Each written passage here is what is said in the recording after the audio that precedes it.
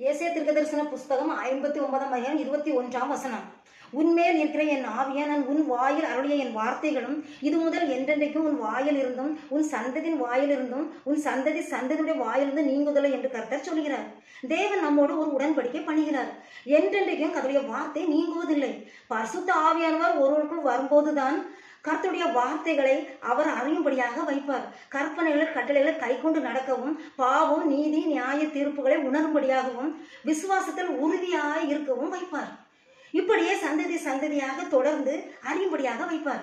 வேதத்திலே அப்போஸ்தலர் பவுல் தீமோத்தேயுக்கு எழுதும்போது சொல்லுகிறார், உன் பாட்டியாகிய லோவிசாளுக்குள்ளும் உன் தாயாகிய ஐனிகேயாளுக்குள்ளும் நிலைத்திருந்தது போல இப்போது அது உனக்குள்ளும் நிலைத்திருக்கிறது என்று நான் நிச்சயித்திருக்கிறேன்.